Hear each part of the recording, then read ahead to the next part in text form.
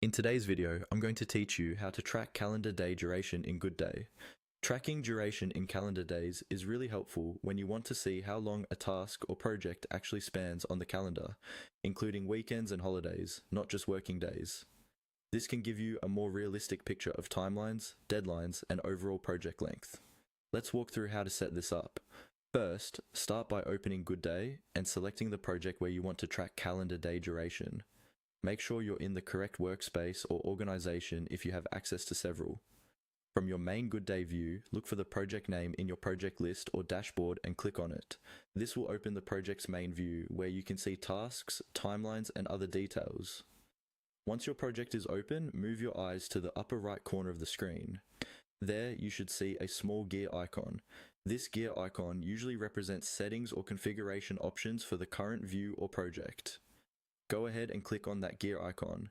When you click it, a settings menu or panel will open.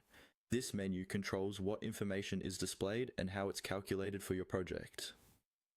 Depending on your version or layout, you might see options related to fields, columns, timelines, or duration calculations. In this menu, look for the option that refers to duration.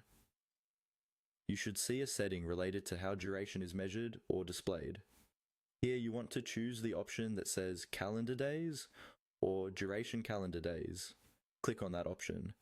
By selecting duration in calendar days, you're telling GoodDay to calculate the length of tasks based on every calendar day between the start date and the end date, including weekends and any non-working days. This is different from business days or work days, which usually count only weekdays or configured working days. After you select calendar days, the system should automatically apply this setting to the project view.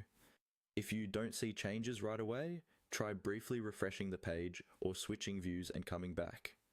Then, check a few tasks with known start and end dates to confirm that the duration now reflects the full calendar span. That's all you need to do. By selecting your project, opening the settings through the gear icon, and choosing duration in calendar days, you'll have a clearer, more accurate picture of how long your work really takes from start to finish.